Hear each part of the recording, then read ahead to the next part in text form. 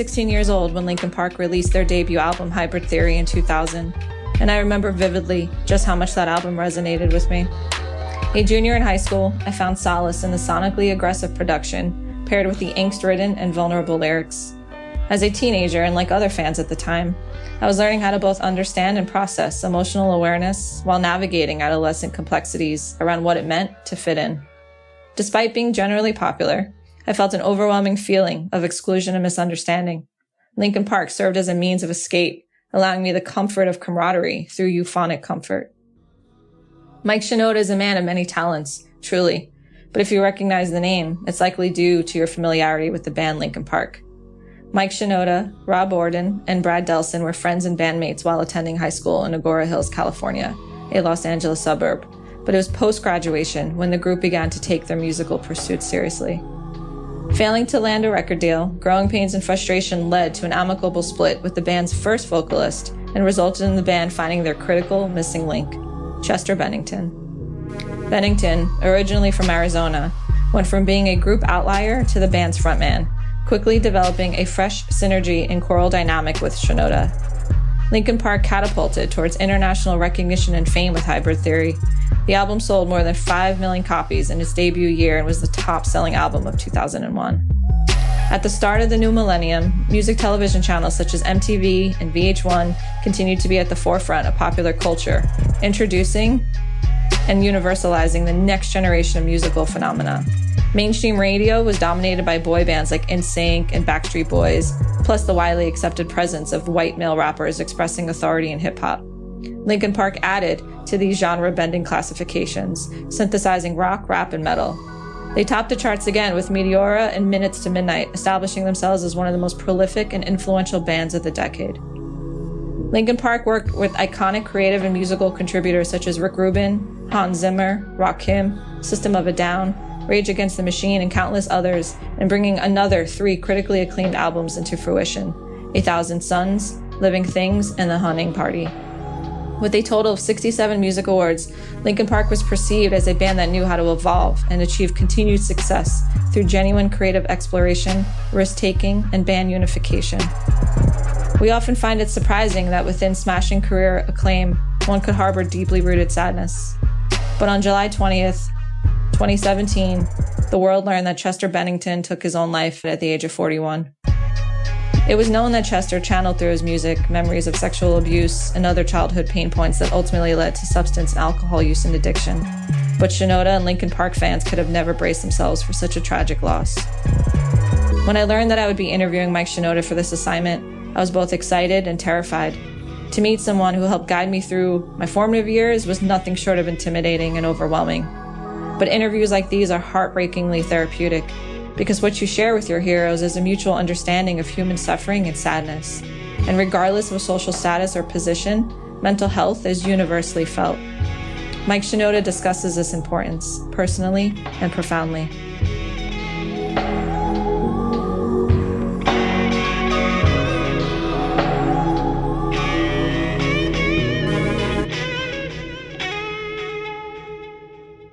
In this day and age, celebrities are scrutinized way more than 5-10 years ago. So in 2018, what does celebrity mean to you?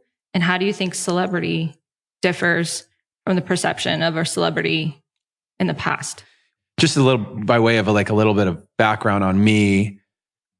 I guess first I should say, I grew up, drawing and painting and playing piano, and those are all very, especially at the time, they were just nerdy things to do. I wasn't playing music where a lot of friends or a lot of people at school would be like, yo, have you heard that guy? More like I played piano. Did humor me, but it wasn't cool. The art thing was more utilitarian. It's like, will you draw a poster for our football game? Will you draw this so we can put it on a t-shirt or on the yearbook? I went to school for design and art, and the music just kind of took off. So I ended up doing it because I loved it, and it was like a winning lottery ticket. It was like, wow, I can't believe I get the opportunity to do this. I'm so lucky. So I remember distinctly the first time when the band was really blowing up, and we had a single that was on the radio. And I remember going to one of our shows and seeing people in the crowd that I wouldn't be friends with. I would never. At one point, actually, the most extreme example of it was I was outside of one of our early shows, and there was like a skinhead kid who was like, "I love your band," and I was like, "You're a fucking skinhead! Like what?" I didn't say anything. I just kind of moved on. But if it was me now, like I would have actually probably engaged them and been like, "What is the deal? Like why? Like what is it about our music that's resonating? Right? What am I doing wrong? Right." But I think where I was kind of going with this is there was a few years later, I did a show. This is a long time ago now, but I did a couple art shows, a 2-part theme that was about celebrity. And it was about basically a faceless, nameless skeleton character who became famous for no other reason than being famous. It was around the time of beginning of like Paris Hilton and Nicole Richie's thing. And then Britney Spears like shaved her head. And eventually it went all the way to the point where the art was on the walls and the premiere for the second show was happening. Just a few weeks before, I think it was like a week or 2 weeks before that, Michael Jackson died. Mm. And in the show already was stuff about Princess Diana and all of this stuff about celebrity, because it was really exploring the fact that I've gotten myself into this situation being known by all these people. And I'm in it for the art of it, for the fun of doing it. I mean, of course, I appreciate being able to make an incredible, better than make a living doing it. But it was never for me. It's never been about like, hey, look at me, I'm famous. Right. I could actually really do without that. For it to culminate in that way where Michael Jackson passes away and like one of the biggest celebrity death moments happens like right on top of the show. Did you feel at that time that it was super gimmicky, what we were sort of considering popular culture? What was crazy in that moment was when he died, he had a long career. He started as a child pop star. So to have 2-3 decades of being the biggest R&B pop singer in the world, that's a lot of time for people to say that they're your friend or that they were your collaborator. So as soon as he passed away, every single radio station in the world, every single news publication, every single outlet you can think of had somebody on who was a friend of his or worked with him. And it took no time at all for C-list celebrities and garbage people to be on CNN. And that, for me, that was like a big turning point that got us where we are today, because you could see very quickly how the threshold at which they would say, oh, this person is worth putting on the air and this person's not, the threshold started to just kind of evaporate. Mm-hmm. And these days now, with being able to quantify a celebrity's value in terms of followers on any individual social media platform, whether that's because they're just funny and they make little Vine style videos, or they just wear bikinis and that's all they do and they get free product and that's basically the routine. They have no problem putting those people on the news. It's just gotten really, it's an inch deep and a mile wide. And what do you think that says about us as we're consuming and popularizing this sort of cultural behavior and what we're considering to be consumption worthy as an artist and someone who truly values the craft and the time spent and involved? Does that infuriate you, or do you almost see it as an opportunity to continue to uphold? Well, yeah, that's a good point. I definitely think that when I hear music that's created by somebody that I know has the attention to craft and the skills, when it's not just kids screwing around in their bedroom, like whatever the opposite of that is. Like, by the way, I'm not dissing that. Like, I think that everybody's got to start somewhere, but who's going to get my respect? Who do I listen to? And I go, wow, how did they do that? To me, that is kind of one of the lenses through which I view something and maybe judge it. Here's a couple things though. Number one, our brains are wired in such a way that when we see somebody's face enough times, our brain doesn't just say, oh, I recognize that famous person. Your brain on a primal level actually says, that is my friend. And it's built in from caveman times when you would be running around with other people and with rocks and spears trying to kill tigers and whatever. Like, you're just trying to survive. And if you see other Neanderthals who you recognize, the chances are if you've seen them before and they didn't kill you or attack you, then they were your friend and your brain is hardwired in. In fact, in my second show, which was called Glorious Excess Dies, I sold a book with it and I went into detail inside the book about that particular subject. So fast forward to modern times, you see a celebrity's face enough times, whether you follow them and you're seeing them in your feed all the time, or they just show up in the news that you read or the shows that you watch. They become part of your friend group, your family, etc. Like a kinship. Yeah, exactly. And so you have this greater effect. I mean, how else would you describe somebody who, when Mac Miller passes away and you've never met Mac Miller, you don't know him at all, and people are crying, right? And some people even say that, like, I don't even know why I'm crying. Why does this bother me so much? Part of it is that because your brain is saying, no, that's your friend. I guess one other thing I'd say, we do have a responsibility in the sense that on the whole, so many of us, we have more people listening than ever before. Yep. We've made more connections and followers. I've got 1 million something on followers on Instagram. So it's pretty obvious that I have a responsibility to those people if I'm going to talk about something that could potentially affect them, or I just have to be responsible about the way I talk about things. Right. But let's say you're a kid in high school and you may not think of yourself as an influencer, but you actually have like a couple hundred followers. Maybe you have 200 followers, maybe you have 500 followers. Can you imagine being on a stage in front of 500 people, how differently you'd speak to them versus the kid who's on their phone in the car behind their friend and they're just like, mental vomit. Right. Whatever pops into their head. Oh, this is funny. This is whatever. I'm going to retweet this. I'm just going to troll this person. They're doing those things, but they're not really realizing the actual power they have. And the power is split into, many facets of it. I'm sure, one thing would be that they have the power to accidentally harm somebody or accidentally lift somebody up. I think Twitter is a really particularly interesting platform because their whole thing is built on retweets, right? It's all built on somebody else has said something and everybody else says, yeah, me too. And they don't realize that your ability to push the button and what you share is actually generating money. Our current president knows all about that. About monetizing. Ugh, I don't even want to get into that. I opened, the box. If you're an average 16-year-old, you are the one that every company wants. They want to get your attention. They want you to be retweeting and reposting, et cetera. They want your favorites. They want your likes.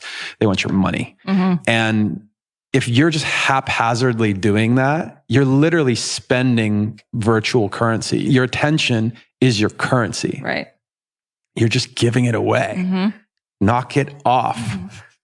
Like, you can't just retweet everything. You got to be more sensible. Selective. Like, you're so powerful. Yeah. Stop being so careless with it. Right. It's like spontaneous behavior. Yeah. Immediate. There's no filter. Right. To your point earlier, when you have a speech that you're going to speak to an audience publicly, you're prepared. Right. You mentally prepare. You have your monologue. You know exactly what strategically the message is going to be. Right. When you have a little device on your hand, it's too immediate. Oh, so I actually kind of glanced over and I didn't quite get to the point on this thing. If you've got 200 followers and you, like I said, you imagine yourself in front of a crowd of 200 people, how would you talk? You talk much differently than people do online. Right. The other thing is, I've been talking about mental health. I just did, it wasn't only a collaboration in a traditional sense, but my friend is a TV writer named DJ Nash, and DJ did a new show called A Million Little Things.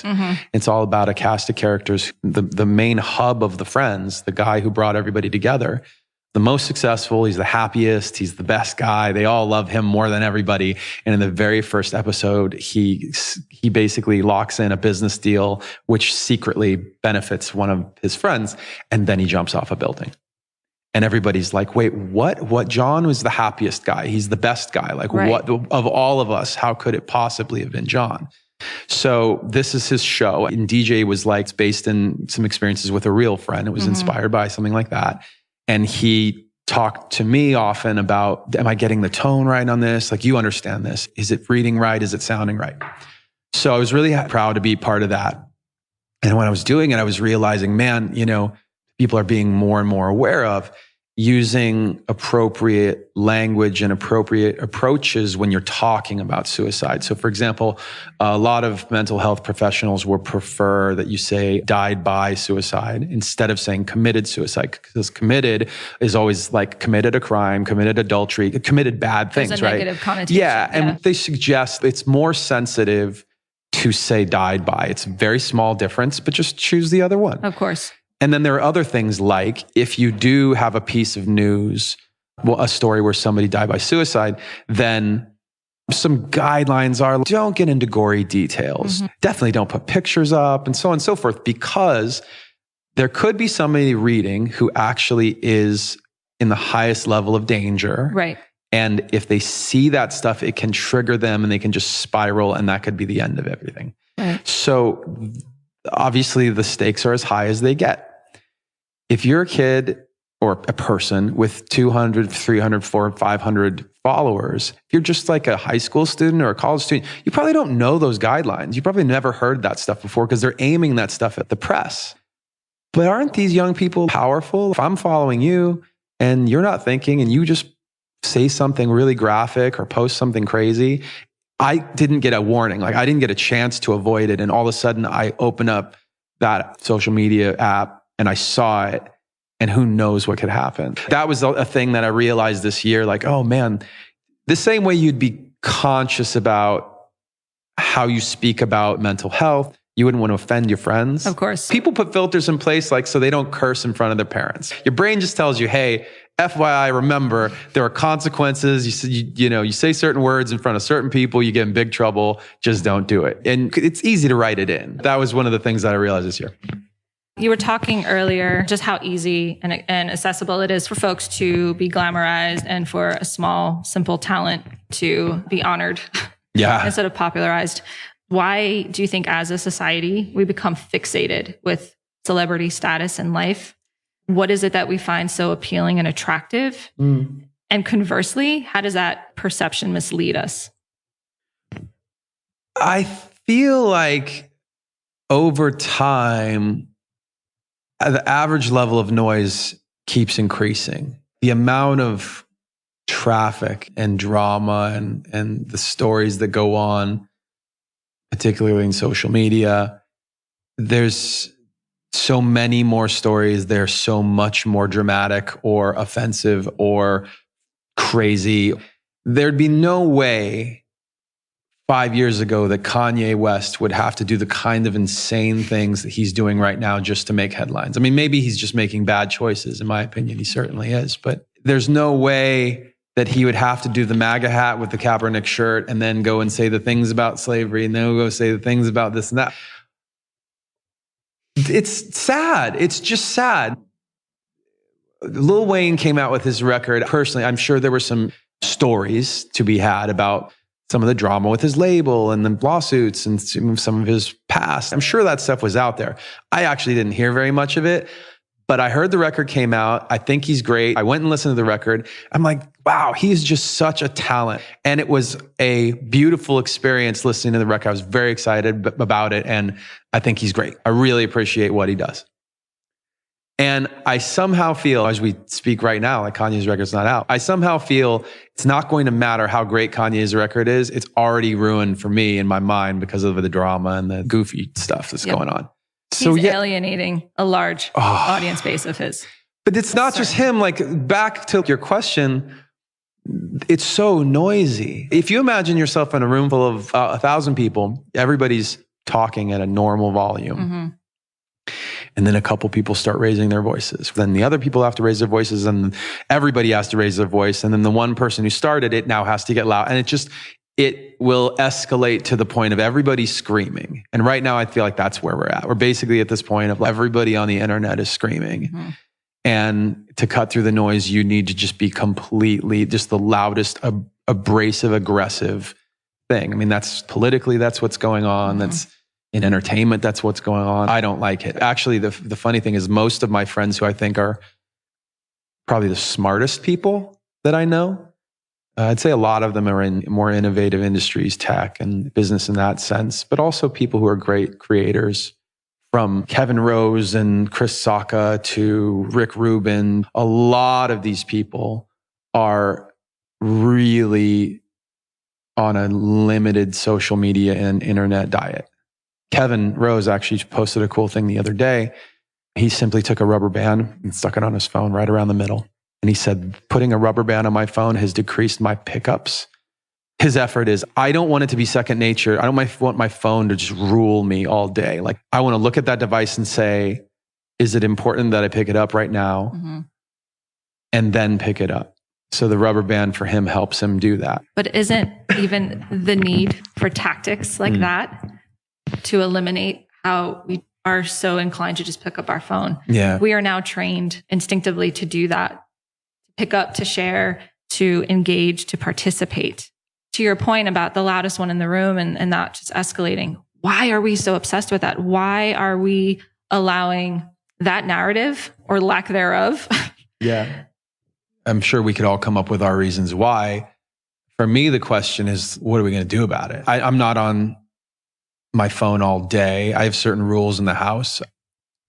Basically, we don't allow devices at the dinner table. That's one big thing. Circling back to the mental health thing, if I wake up in the morning and I go, oh, I just don't feel very good. For whatever reason, mentally, I'm not feeling 100%. I just don't feel a little sad. That's a day where it's more than a perfectly good idea. It's actually a great idea to say, oh yeah, my routine is if I feel less than 100%, then I don't go on Twitter. It's like the same thing as like, oh, I have a cold, I'm going to take a Dayquil. Today, I'm not feeling 100%. So my prescription is I need to stay off of something that's going to make me feel worse for sure. There's no way it's not. Because we are so predisposed to only sharing our best selves. We're constantly seeing like this highlights reel, so to speak. Is there a responsibility for aspirational entertainers and celebrities who do have such a mass following and can reach such a large audience, almost do the exact opposite and say, you know what, I'm feeling down and that's okay. Let me engage with my audience. Like we could nurture ourselves and nurture this community. So it's a complex world out there. But bottom line is, I don't think there are hard and fast rules. It's just like a piece of music. You can do something that you make and you go, wow, I've really stretched myself. This is something I've never done. It's really exciting to me. I put my heart and soul into this. The music is the best music I've written. And you can put it out and people are like, boring. I don't believe you. And this song sucks. And so it's in the eyes of the beholder. How do you stay true to your art, viewing it as a source of catharsis versus making something commercially viable? Oh, I mean, that's the age-old question, isn't it? That'll be the struggle till the end of time. Do you go in with that mindset? My personal approach is generally to create. I usually don't go in with an idea of what it's for. There are exceptions, of course. Like I've done movie scores and I've done songs for themes for people's TV shows. Then you're going in with an intention. But if I'm making a song, I go in with whatever the purest version of like, what's it for? As you're working on it, you listen back. And like I said, I grew up drawing and painting. Like when I was in art school, you'd sketch something. And one of the things you had to do, there were different techniques to be able to see your own work. You could get up and walk across the room and look at it from far away. You could put a mirror up to it and look at it in reverse. And surprisingly, that's a big thing with a lot of animators, character designers, and so on, is there's an option in the menu to flip your piece horizontally. So let's say you're drawing somebody's face. You'll be drawing it and you'll be like, yeah, that looks great. And then you'll flip it horizontally and you'll go, oh my God, this eye is too high. This nostril's too big. Like you notice all kinds of stuff all of a sudden. Musically, when you're creating, I think we all have these little tools, little tricks to help us see or hear our thing better. When I view entertainment, oftentimes it's a form of escapism. Oh, okay. And then there's other times where, you know, there's certain artists I'll listen to that are going to serve a certain mood that I'm in. Yeah. As an artist and in today's sort of consumption landscape, can an artist approach their work with that sort of symbiotic relationship? Yeah. Apply this art form as a form of escapism while... Yeah. To your point, whatever metrics you measure it by, whether it's conscious or not, you know, and let's say consciously you go in and say, do I like this? Is this connecting with me? Is it fun to listen to? Is it meaningful to listen to? There's all these things your brain in milliseconds is like gauging and constantly like judging it, right? For some people too, they'll come to the song and be like, I don't like this at all. This is fucking terrible. And then they'll listen to it a second time and they'll grow on them. I will say that for me, it's always like, I do start with more of a blank canvas and try to approach it as like, what does the thing want to be? There was actually a really interesting old TED Talk by Elizabeth Gilbert, who wrote Eat, Pray, Love, which I haven't even read, by the way. Was just having this like artistic existential crisis where I was just like, I'm garbage. It's over. I'm the worst. I'll never make anything good again, you know? And I mean, I joke about it, but it's a less extreme version of those same feelings. And my wife said, you should listen to this. I heard this at some point and it talks about that. And it really did actually help. So if anybody's dealing with that thing, they can go listen to it. One thing that she really talked about was that she wrote this book. It was a freakish success. And then she was trying to follow it up. And it's like, well, what if that's my greatest success and it's behind me and I will never write anything that popular or that good again? Right. Like, forget popular. I may not write anything that good ever again. I just may suck from now on. Yeah. And I'll always measure myself to that and it won't be as good and I'll have performance anxiety and I peaked early. And so what she was talking about is that I think it was the ancient Greeks and the ancient Romans, the way they saw genius, the idea of genius, was that it was not you. It was not you. Socrates called them daemons. The Romans thought of genius as actual gods or like deities that like lived somewhere else. And when you had a good idea, it was because a genius came to you and like acted through you and you were chosen for the moment. And then if it didn't happen the next time, you couldn't beat yourself up because it wasn't you in the first place. And it lowers the pressure. I don't know if I'm kind of extrapolating. Would artists like Kurt Cobain have taken his life, you know, like Chester?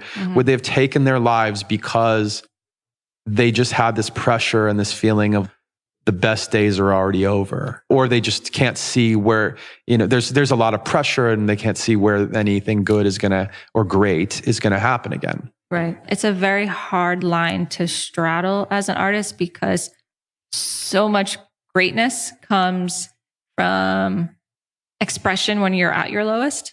Some of the greatest songs that are tried and true and classic stem from a place of discouragement. For some people. Fair. And by the way, I was like growing up, I was definitely one of those people. Most of the stuff I listened to was all like senses of frustration, senses of injustice or like depression or something. So like I loved 9 Inch Nails. I loved Public Enemy. The point is that I do also realize now that Bill Withers, and he's just a genius. And he had these amazing songs like Lean on Me. And it's one of those songs where when you hear it and if you listen to the lyrics, it's like, he's not the one who's broken. He's reaching out to somebody else and he's like, you can lean on me. And it's like, there's a way to do that. That's still tapping into like a compassion. Yeah. That it's a bit scary though, to be that vulnerable. There are also a lot of artists who think that, oh no, I was super depressed when I made this song and it was popular. So now I have to be depressed to write good songs. Oh, I made this song while I was super duper high. I was just wasted and that was a hit. So now every song I have to be like that. That's so scary.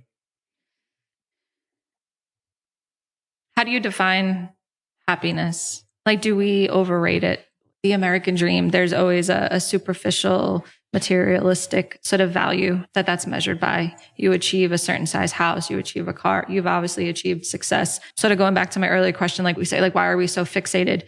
General audiences become obsessed with this idea of celebrity and entertainment because they're holding that as being a more valuable person to society because you've achieved a certain level of success and now you own X amount of things that serve as a status symbol and that automatically equals happiness, which then in turn creates ridiculous expectations for an artist. So as someone who's been low, high, and sort of like gone through all those waves and successes and downfalls, how do you measure success? How do you measure happiness today versus maybe, you know, the less successful? I think one thing that I'm grateful for is that when the band really started, like I said, we were chasing an artistic goal more than having stuff or getting people's attention. Like we always tried to do magazine covers with all 6 of us if they would do it. They were trying to sell Chester's face #1, my face #2. We still had to cave occasionally and like, okay, well, if you want the cover of this magazine, then you've got to do it with you and Chester. So yeah, back to what makes you happy. Early on, the band got popular very fast. We got famous before we got money. That's the way the music industry works. The money is always, quote unquote, the term is in the pipeline. So meaning we had sold 15 million records before I had really enough money to buy like a new car. Chester was literally driving around a PT Cruiser. It was pretty hysterical. And we had 3 #1 rock songs at that point. We gave him crap for that car. What color was it, out of curiosity? It was sparkling purple with flames on the front. True? He had a friend who customized cars. He got the rims done. He got it lowered. He got flames on the front. It was glitter purple. I'm so glad I asked that question. It was amazing. So it wasn't just your average PT Cruiser. Oh, it was hysterical. And the funny thing is too, like think about the timing. Like when he first got it, it was like, that's a really nice car. Right. And then very quickly it was like, why does that guy not have like a Range Rover, like a Mercedes? Like what is he driving that car for? I hear his song on the pop radio station all the time now. And he's driving around that piece of shit. Like what's going on? Yeah, no, it was not a modest decision. The money was in the pipeline. So we were famous and eventually the record did what it did and we went straight into the next record. Public perception of the band was ahead of the band's reality by a long shot the whole way through the first 2 records. So 4 years later, 4 years into our career, we finally wrapped up touring, came home and took a break. We looked around and we were like, whoa, what the fuck? Like everything has changed. I can buy a house. Right. I can buy like a nice house. This is crazy. And that was a point when all of the guys, like we had a lot of really cool personal conversations about happiness. None of us bought a Ferrari. None of us went crazy with spending and whatever. I think this is the most important thing that I figured out at around that time. That most of my worst human experiences, they happen because of lack of control. The bad feelings you feel when somebody doesn't want to be your friend, doesn't want to date you, or you break up with somebody, or how your relationship with your parents, or someone gets sick, or somebody dies, or an accident happens.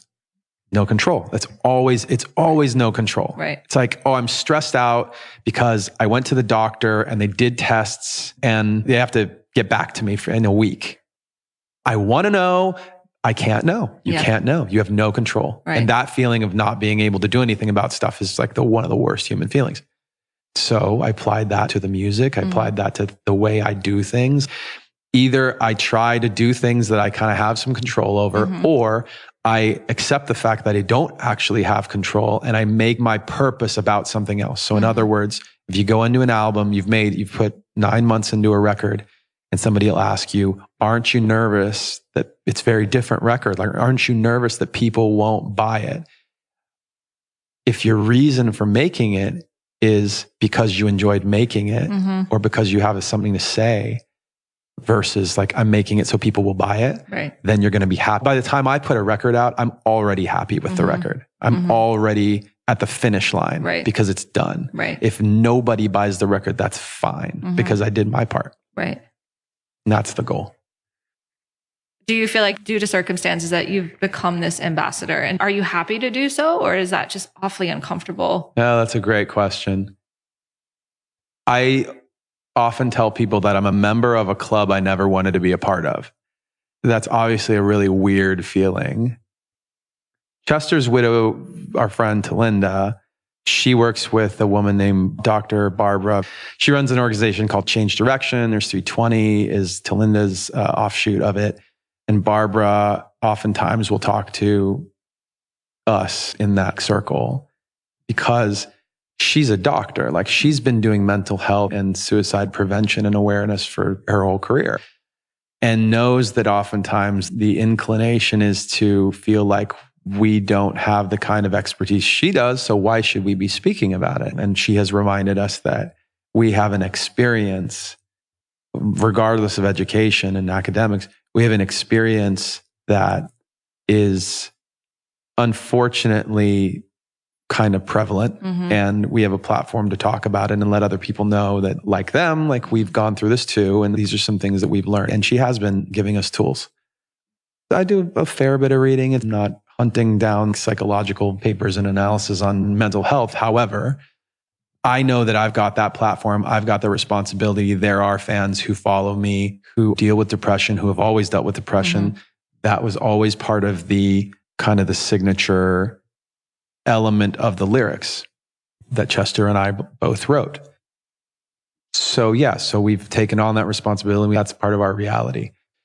You know, oftentimes when we wake up with a physical ailment or like we're not feeling 100%, whether it's like my back hurts or my leg hurts or I have a cold, nobody's ever ashamed of that. It's like, oh, my back hurts. I got to take it easy. Oh, my back really hurts. I got to go to my doctor. Right. Oh, my back is not going to get better unless I take medication. You know, there's levels. Now we're starting to realize that mental health is actually the same way. What it requires on your part is to ask yourself, how do I feel? That's the only part that's kind of missing is people kind of forget, take stock. Pain is something that will hit you over the head. Mental health, you have to check in with it. Once you do that, you go, oh, wait, I actually don't feel good. And maybe I need to take it easy. Maybe I need to see a doctor. Maybe I need to take some medication. When you experience physical pain, you can't control that. It's involuntary. Right. It sort of happens to you. Whereas mental health, there's a stigma attached because the perception is it's learned behavior. It's self-created behavior. That's such BS. Oh, man. completely. Yeah. And at this point, it starts to dovetail with gender equality and perception issues. Like, so the reason I say that is if you say, I can't come into work today because my back went out, your boss will say, okay. Right. Man or woman, they'll say, okay. But if you call into work and say, I am depressed, they will say bullshit, basically. On one hand, they can be like, I'm sorry, I don't care if you're sad, you need to come to work. Exactly. Another option would be that they would say, okay, and hang up the phone and then go talk to everybody else about you, which is unacceptable. And then compound that with the fact that, is it a man or is it a woman calling in? Like, then it gets even more tricky. I saw something, I retweeted this the other day. This woman asked a question for my female followers.